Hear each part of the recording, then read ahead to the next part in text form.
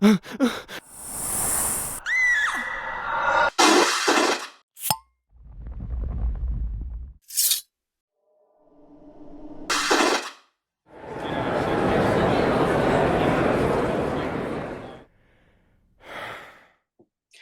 and welcome to the Supernatural track here at Continual. I'm your host, Gail Martin, and today we are talking about death, dying, and the afterlife.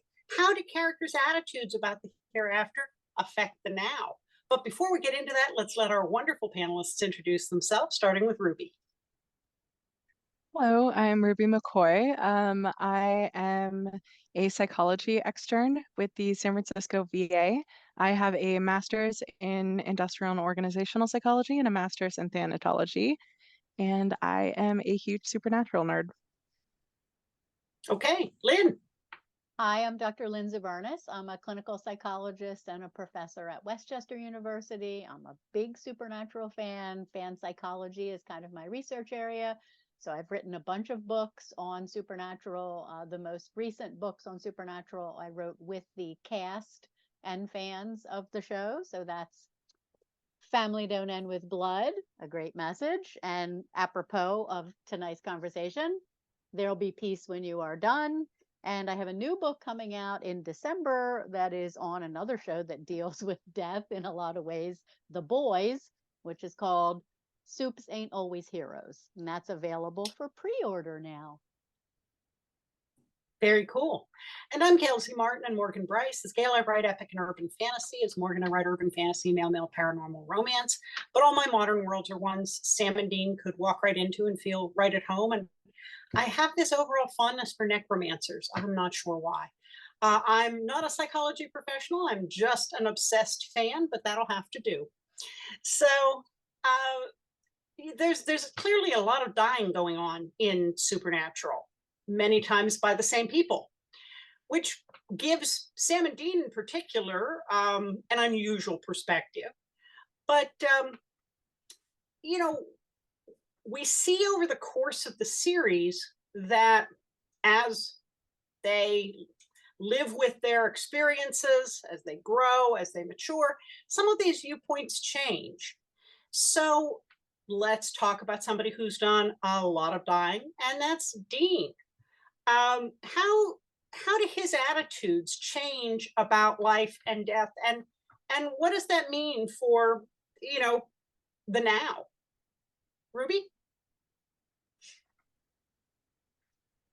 I think one of the main things we see is that Dean grows into a more vulnerable person as time goes on, rather than death kind of hardening him, uh, as it does some other characters.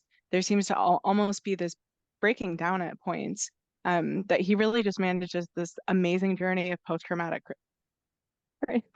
growth, where he really, instead of, I'm the tough guy and I have to save the world, there really was a sense of I care so much about everything that we do here and all of the people that we're trying to save. So I think his perspectives about death kind of changed from it's this inevitable thing and the world wants to off itself to there's so much trauma and so much pain out there. I think there's something that we can do to make it better. Okay, Lynn.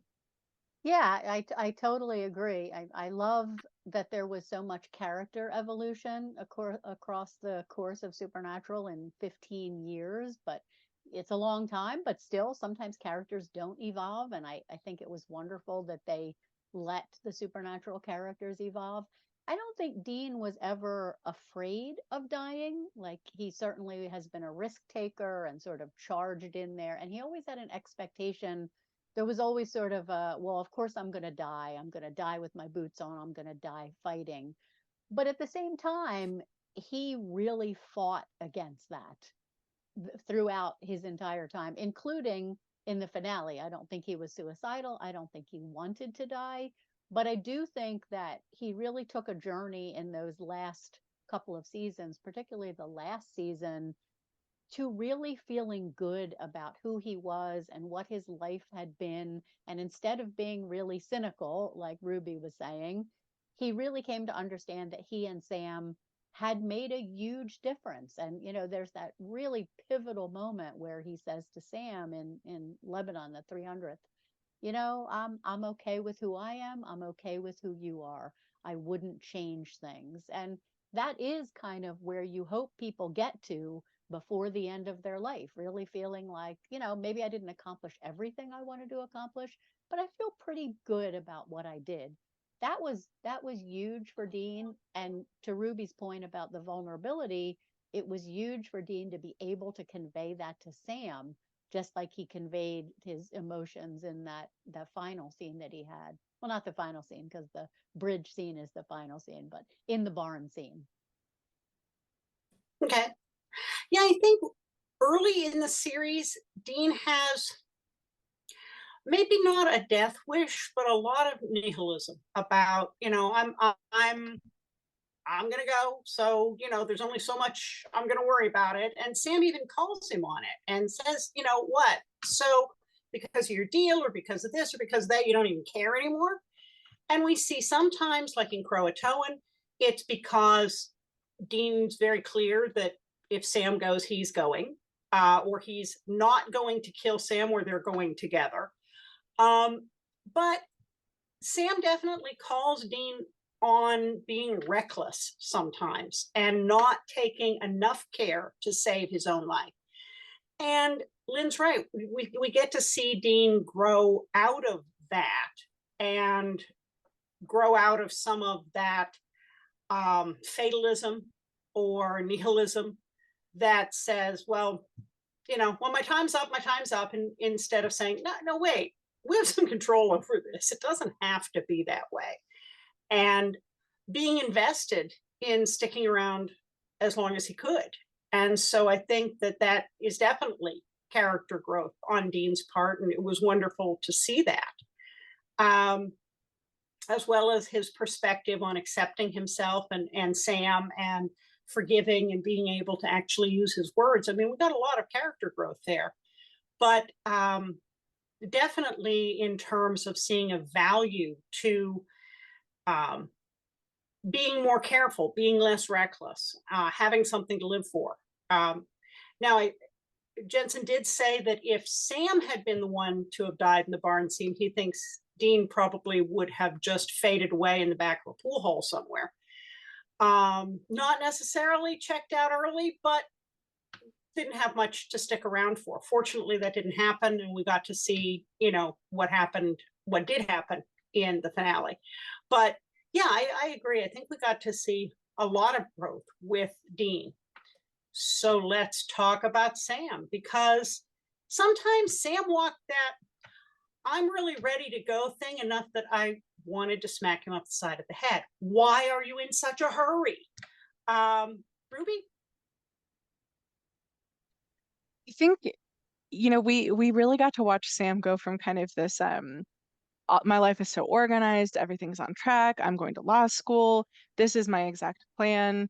So much changed for him. Just in that first episode. There was kind of, I think for some time there, a search for meaning. And as he grew into himself and into his character, there was just so much that he did that he had to apologize for. That I feel like a lot of his focus was on kind of making amends, and recognizing the consequences that his actions and decisions had for other people. Seeing him get to a point where he was able to let go of the guilt, to kind of talk about his faith in a way that was not as self-punitive. I feel like, again, we're kind of circling back to, there was a sense of hope by the end of it. That, you know, he didn't get sucked into kind of that nihilism, the darkness as deep as maybe Dean did at times. And there was also a sense of being at peace with whatever happened, which at times I think was a little frustrating for me watching him. I was like, everything's falling apart. You're not a little stressed? And he's like, well, I'm just gonna go pray in a corner, and you know, we'll see who responds. I think there was a sense of, even when everything was organized and he knew exactly what was going on, there still was that sense of faith and acceptance of mystery. Yeah. Interesting. Lynn? Yeah, I mean, I think One of the interesting things about Supernatural, and I've heard Jared and Jensen explicitly talk about this, and they were very aware of it, is that they often wrote the brothers as being on opposite sides. So if one of them was ready to give up and hopeless, the other one was the one who was saying, nope, nope, we can't give up. We have to keep fighting. I'm going to hang on to hope for the two of us. And they really did go back and forth multiple times across the seasons. But there was always one of it's almost as though, it was a survival mechanism for the two of them that was ingrained in their childhood, because it would have been so dangerous if they both gave up and became hopeless at the same time. So they learned one of us always reacts to, if the other one feels like they can't go on, the other brother is going to pick up the slack and be the one to say, no, no, no, there's still hope. We'll figure it out. Yeah, that was always their mantra. Well, why are you telling me to have hope? I don't know. We'll figure it out. Sometimes that's Dean saying that. Sometimes, memorably, that's Sam when Dean tried to give up and be locked in the Malik box. That really emotional scene in Profit and Loss, where Sam says, why are you giving up? We only have one card today, but we don't know what we'll have tomorrow. So I love the way they went back and forth. I think Sam started as the one with more hope. He was the one when Dean would say, we all die young and bloody. Like, that's the only way it ends for a hunter. Here's Sam saving brochures from a retirement community in his little keepsake box, thinking, well, who knows? Maybe retirement is in the cards. And guess what? Sam was right. Like, I think Sam and Dean did have some years of kind of a semi-retirement where they, did things locally, but they had their home and their dog, and they were both okay with themselves. So I don't think Sam was wrong to have some of that optimism. I think it looked different than what was probably in his mind as a younger man, certainly. But in some respects, he was more right than Dean. Although Dean was right. He died with his boots on, still standing, fighting vampires, doing what he does best. So I guess both of them were right in a way, but not exactly in the way they thought. Yeah, they definitely traded back and forth on who had hope. And,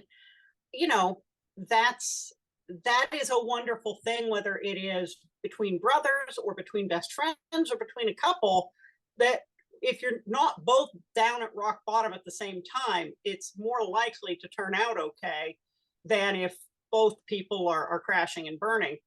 But I can think of so many times that Sam says, I can see light at the end of the tunnel, and you just have to trust me on this. And then Dean gives him the Sam and Frodo speech, and he says, did you just quote Lord of the Rings? Hey, the Rudy Hobbit always gets a pass. And the whole I can carry you, I can't carry the ring. And they and the Profit and Loss scene is one of my absolute favorites. And yanking Dean back from that dark place with the Malik box. But on his own, Sam really had trouble keeping that perspective. We get a glimpse of just how bad he was after Dean got killed by the Hellhound, and Ruby, no relation, finally got him chasing demons so that he didn't drink himself to death in a falling down shack. We saw him when his lack of just ability to see how to go on after Lilith, and giving up to an extent when Dean disappeared in purgatory, and just not having. Nobody could argue that his relationship with Amelia was functional. They might have both held on to each other, but it wasn't a really good relationship. So as long as he had Dean to trade it off with, he was fine. But without Dean, that counterbalance wasn't there, and it kind of went off the rails, went kind of wonky and unbalanced. So we've gotten Sam and Dean discussed here, but let's talk about Bobby. Somebody else that we got to see some views about death, some perspective about how he thought about death. Got to see him leave and come back again. Ruby? I think Bobby didn't really have a whole lot of hope. I would say that Bobby more held on to duty. Um, that, his goal in kind of ducking his Reaper, and sticking around, he told the boys, just because I'm dead, it doesn't mean that I'm not going to do my job. This is what I do. He embraced his identity and his role in every aspect. And if there were consequences for that, there had always been consequences for that. So I think his perspective about Afterlife was that it was just another part of his years-long hunt. He wasn't going to let it stop him and get in the way.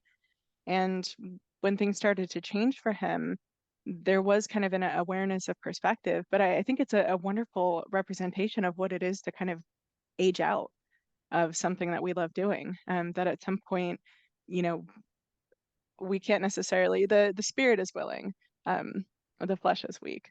So I think that we did get to see a wonderful transition for him, in letting go of that at some point.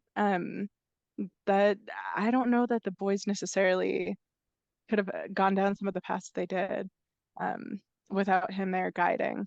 And death didn't necessarily interfere with that. So I think there's kind of a unique aspect of that afterlife where the death wasn't so much the final goodbye. There was always kind of around the corner what might come in that relationship. Okay, Lynn? Yeah, death is hardly ever the final goodbye in Supernatural. If there's one thing that's consistent in Supernatural, that would probably be it. I think Bobby's journey was interesting because Bobby had a really tragic backstory. Like Bobby had just incredible loss and horrible violence, and from his abusive father who he killed, that early experience of death, and then losing his wife in such a traumatic fashion, and that was his entree into hunting. That's the lore on hunters, right? That most of them get into hunting out of some kind of tragedy and loss. And I think when we see him in the early episodes, in the early seasons, he doesn't have a lot of joy in his life. He really is still kind of consumed by that loss and hasn't really come to terms with that death. And I think he's an instrumental griever in that he turns it into, as Ruby said, I'm going to do something. I've had this horrible loss. I'm going to do something. I'm going to help other people. I'm going to save other people if I can, which is similar to the motivations of John and Sam and Dean also. But you do really see it. Bobby didn't have anyone to really do it with. I think the closest you got to seeing some joy in Bobby in the early seasons were the episodes with Rufus, because I think they did have like a really wonderful, real friendship. And even though they were surly with each other, they kind of understood each other.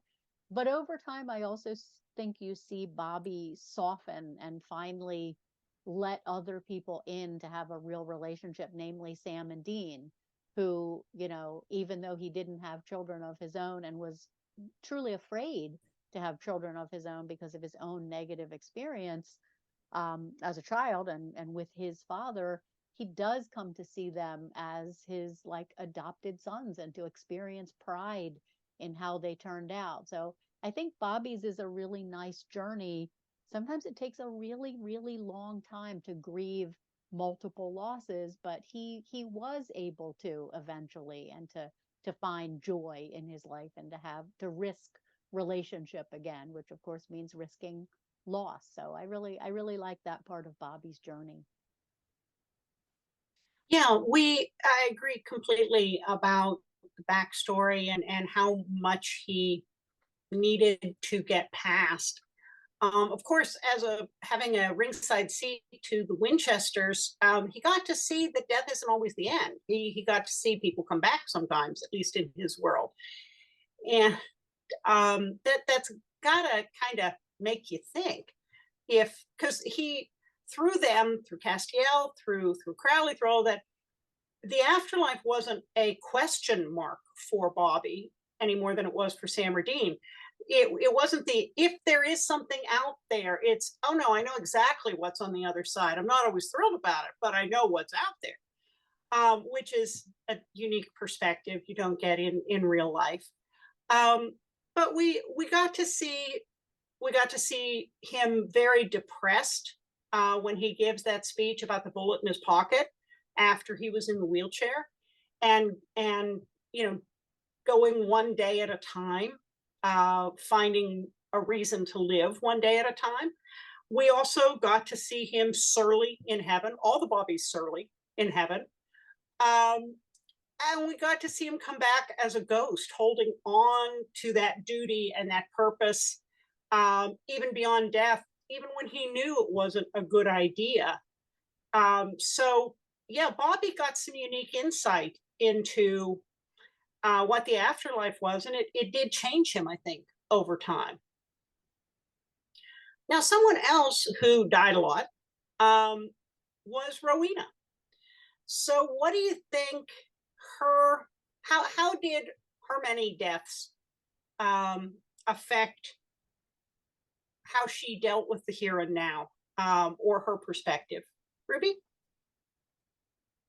I think with Rowena, there was a sense of retribution, but something that I really appreciated about her, that it felt very distinct to her character, was her willingness to kind of be unapologetically selfish. I think in a lot of ways. Um, I think that her enjoyment of kind of coming into power and recognizing that she can reclaim that space feels like pretty delicious considering everything that she went through with Crowley. Um, I think her character bothered a lot of people. A lot of people didn't like her within the fandom. Yeah, I know, which I feel like I feel like is a little surprising because her character always made me laugh. But she she was just herself. And finding that character arc where you have kind of this unapologetic woman who's willing to come into her own. She did a lot of terrible things. She also really kept us laughing. Turning your arch rival into a hamster. That's pretty cool. Love it. Love Lynn? it. Like the Buffy vibe. Yeah, yeah. I think Rowena is one of the many characters that embodies that theme that Supernatural had running throughout it, that expresses us as humans, our fear of death and our sort of instinctive wish to deny it and to subvert it and to thwart it. And Rowena did that. She has refused to die for hundreds and hundreds and hundreds of years, which is kind of the ultimate FU to all the people who made her powerless and took decision making away from her and thought they would kill her. So I kind of love that she embodies that, hell no, I am not going to die. I'm going to do what it takes not to die. And I don't know who these people are who don't like Rowena, but I was always rooting for her. And the time when we thought she was dead, but that it turned out she wasn't, I was just like, oh yes, yes, yes, yes. First of all, Ruth Connell cannot leave because I just love Ruth Connell, but I really loved the character of Rowena. I think her journey was also interesting because she became less selfish over time and ultimately made the decision to sacrifice herself to kind of save the day, and kind of wanting it to be at Sam's hand because that was the prophecy. So that was her no longer fighting against what the outcome, like the inevitability of death, and sort of accepting that she was going to go on to a different plane. Now she became the queen of hell because on Supernatural, you don't usually just die and go away, especially if you're a favorite character.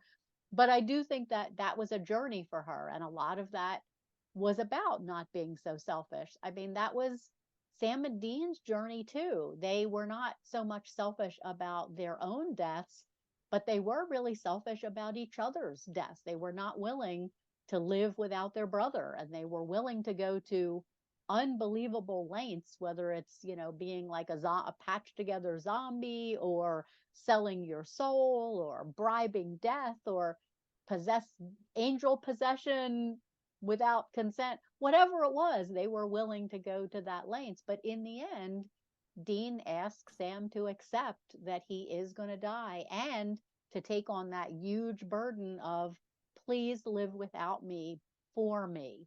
Please go on and live a life. And Sam does it, even though it's clearly the hardest thing in the world. So their evolution with that kind of matches Rowena's a little bit, I think. Yeah. Well, and we never find out whether for all her hex bags and her resuscitation, was it immediate? Did she like stop off in the hell waiting room before her next, before she came back again? She never said, we never got that insight. So we don't know how much she knew about that, but she certainly had an insider track to what hell was like, even if she didn't visit heaven. So again, not the same level of uncertainty about the existence of the afterlife that mere mortals have. And in terms of how it affected the now, yes, she had her backup system. She had her hex bags and her spells, and she'd built in a safety. But that served her well for a long time. But in the end, when it really came down to world-shattering consequences, she made the decision to go against all of that self-preservation and save the world. So again, great character arc, great character growth.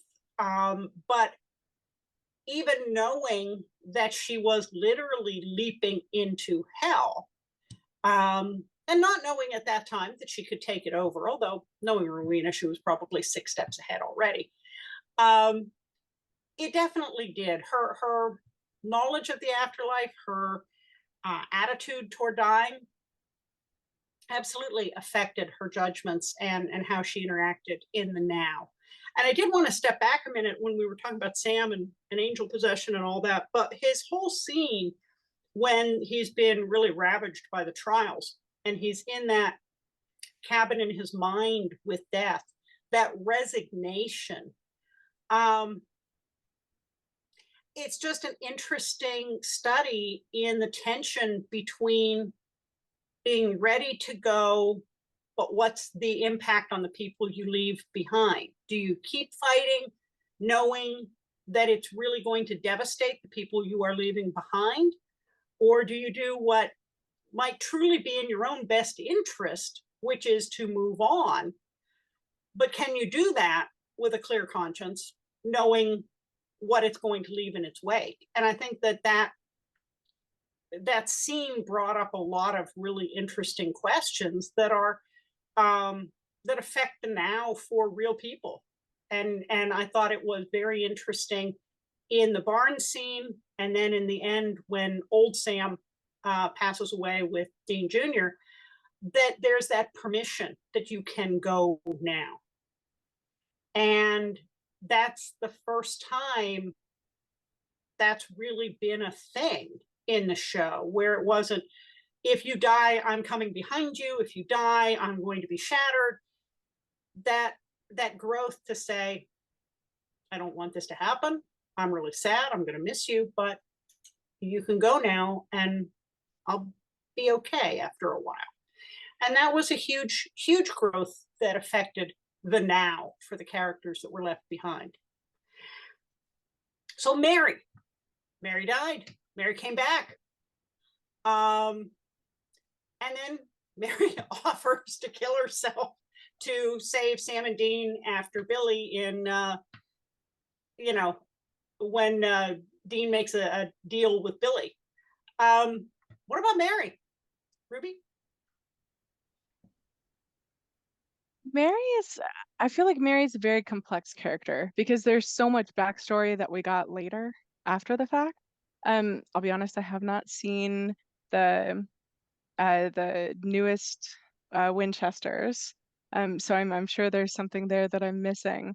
But I think she knew what the deal she was making would involve to some degree. So there is some sense of, she grows up a hunter.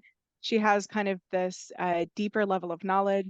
She makes the choice to pursue a life that is within her values, within her marriage, knowing that it's going to end in this kind of tragic way. Maybe not all of the details, but the commitment was there.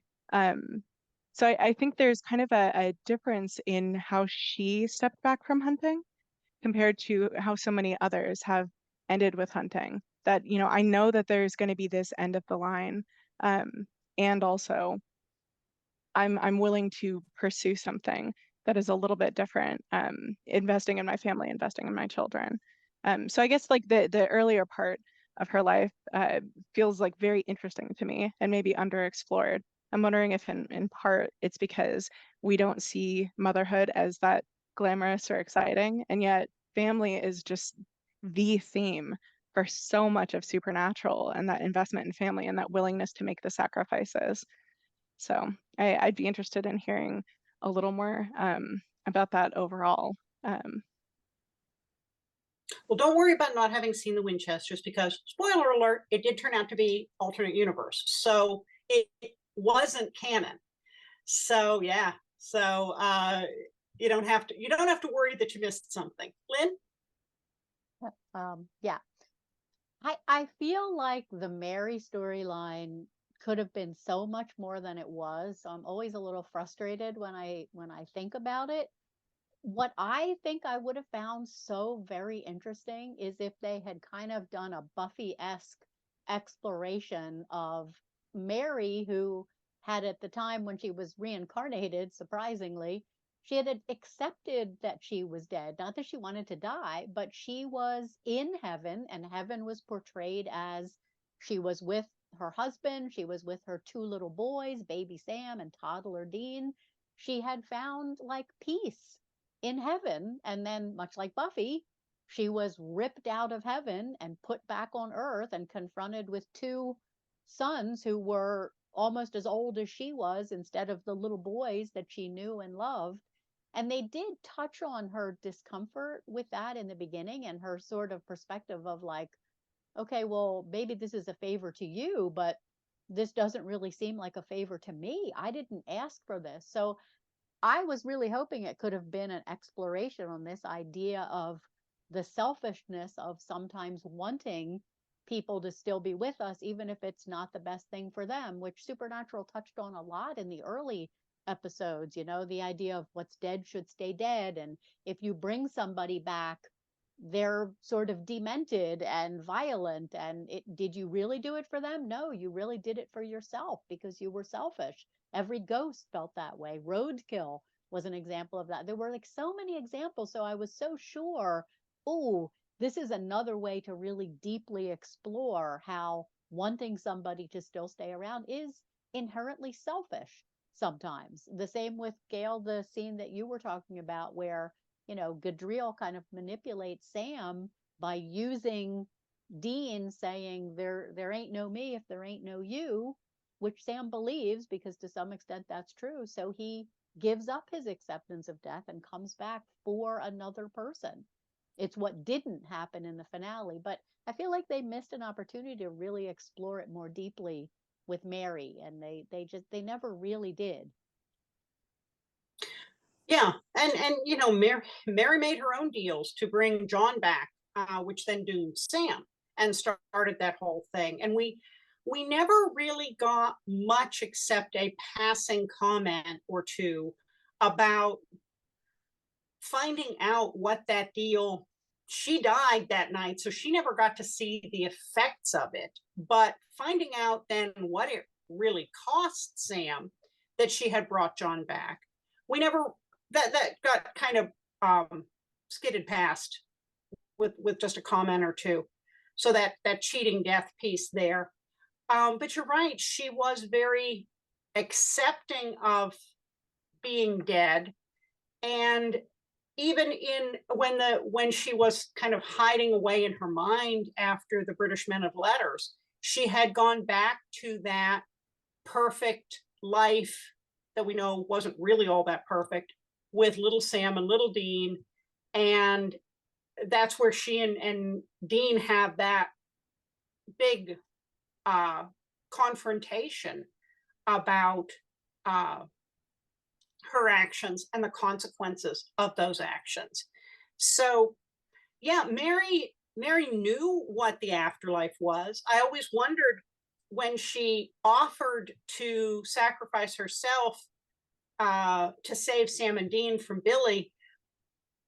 Yes, it's a mother sacrificing for the children, but did she also just want to go home? I think she would have been, Sam and Dean might not have been okay with her doing that, but I think Mary would have been very accepting of, I never wanted to leave. And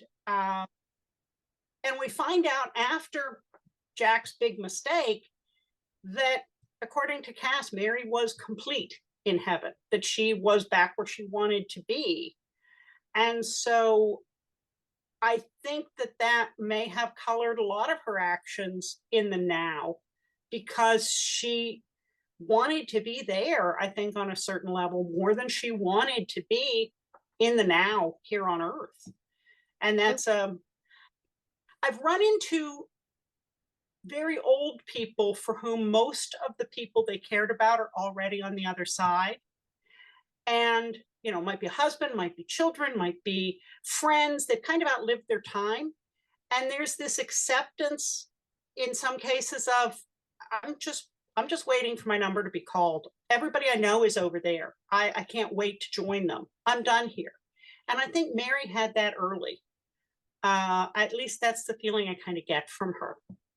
It's Lynn, you were going to say something? Yeah, I was just going to say, like, it's frustrating to me that we just didn't get much of Mary's perspective. Like that great scene where Dean confronts her and says, "This is how things were because you were gone." We get Dean's perspective. We understand so much about him through that, but we don't get Mary's. We really don't get Mary's until after she's gone, with that scene with Cass giving us that insight. But when that happened, I was like, why did you wait till now to give us that perspective? Like after the fact, I'm still frustrated about that. Well, one last one. I'm going to make this a twofer. Both Castiel and Crowley had unique insight into what the afterlife was and where they were going and where they belonged. And they both died a lot. How did that knowledge about, or their attitude about the afterlife, affect how they acted in the here and now? Ruby? It's hard to do a twofer because I feel like the intent behind their decisions and behaviors was just so wildly different.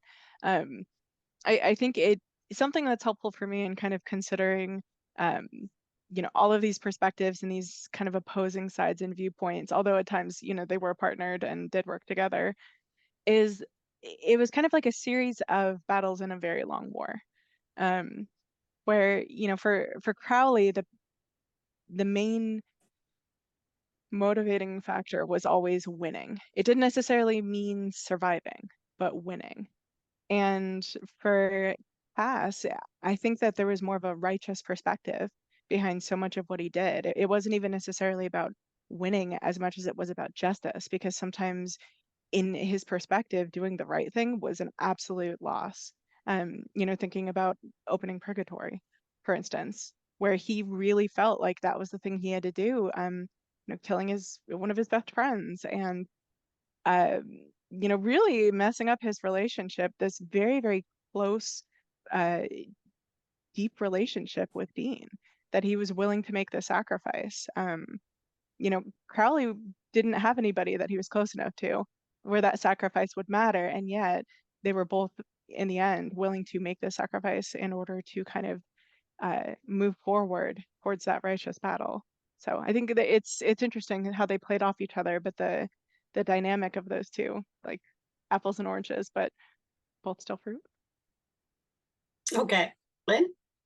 Yeah, I mean, I think they both evolved to a much more nuanced understanding of right and wrong. They sort of started, both of them, at opposite corners, with this is where I am firmly planted, and this is 100% what I'm for, and I don't want to hear anything about anything else. Both of them very dogmatic in where they started. And I think both of them through their interaction with Sam and Dean and with humanity in general, and Crowley also with Rowena, you know, as Fergus with his mother, I think through all of those interactions, they both understood life, reality, afterlife, sort of the whole shebang as much more nuanced and much less black and white as they had seen it in the beginning.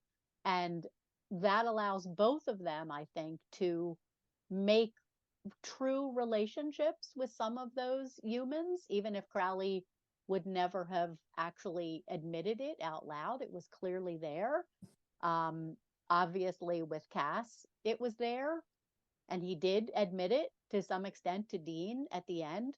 I think that's evolution for both of them, and I think it allowed both of them to kind of make that ultimate sacrifice at the end, because they were able to look at things a lot more clearly by not putting them into these black and white categories anymore. I think it's interesting with Cass at the beginning, he never questioned that his home was in heaven. Yes, he was on earth to do some things. Yes, he became fond of Winchesters, but he never questioned that his home was in heaven. And then he gradually, through bursts of being human and not angelic, through living through the angel wars, through the bad choices or the angel war and everything he saw, I think it became harder for him to feel like heaven was his home. So he was kind of a displaced angel. He didn't entirely fit on earth, but he'd lost faith to some extent in heaven as he had it at the beginning. So in terms of how that knowledge of the afterlife affected the now, I think that may have made Cass more willing to make that deal with the empty, because heaven wasn't exactly the home, the ultimate destination that it had been for him at one point. And if he could win something valuable, I'm not sure he cared about getting back there. He did ultimately get back to heaven through Jack, but I think that may have changed his motivation to make that deal to save Jack with the empty. Crowley always felt like hell was his kingdom, even if there were these interlopers in the meantime that kept trying to take it away from him, but darn it, it was his. And I don't think he ever lost faith in hell itself, even as he got pushed out by Lucifer and Asmodeus and all the other things, the disputes over who should run hell. And yet dying in the AU, clearly he didn't get to go back to our hell if it was leaderless when Rowena jumped into the rift. So he didn't get to go back to the home that he thought he was entitled to. And maybe he went to the AU hell. We don't know what happened to him. But I think that's that certainty that hell was his drove a lot of his actions in the now. And being willing to risk that, maybe he didn't know what would happen when he killed himself in the AU to save the others, but he was at least willing to risk it. And that's a huge thing for him. So yeah, I think interesting growth there. Well, folks, I'm sure there are more people we could talk about who died and came back and had perspectives on the afterlife, but we are out of time. So thank you so much. Please, before we end here, if you want to give people a way to get in touch with you, or if you have a new, recent, or upcoming book, let us know. Ruby? Most of what I'm doing these days are encyclopedia entries, so I'm not going to plug that. If you need them, you'll find them. But if you want to reach out or ever want to collaborate or just chat about nerdy stuff, R. McCoy at paloaltou.edu is currently the best way to reach me, and hoping to continue this conversation at a future date. Awesome. And how perfect that it's Palo Alto. Lynn? You can find me on all social media at Fangasm SPN. You can find my books with the Supernatural cast at peacewhenyouaredone.com, and you can find the new book and pre-order it on The Boys at smartpopbooks.com/The Boys. Okay. I'm pretty easy to find at gailzmartin.com, morganbryce.com. All the social medias are a variation of those names. So if you spell them right, you'll find me. I did have a chapter in There'll Be Peace When You Are Done. I'm a columnist for the Winchester Family Business. I run the Supernatural TFWNC group here on Facebook, but most of all, you can find me here on Continual. So thank you so much to our wonderful, wonderful panelists. And thanks to all of you for watching and listening. There will be more Supernatural coming up soon. So we'll see you online.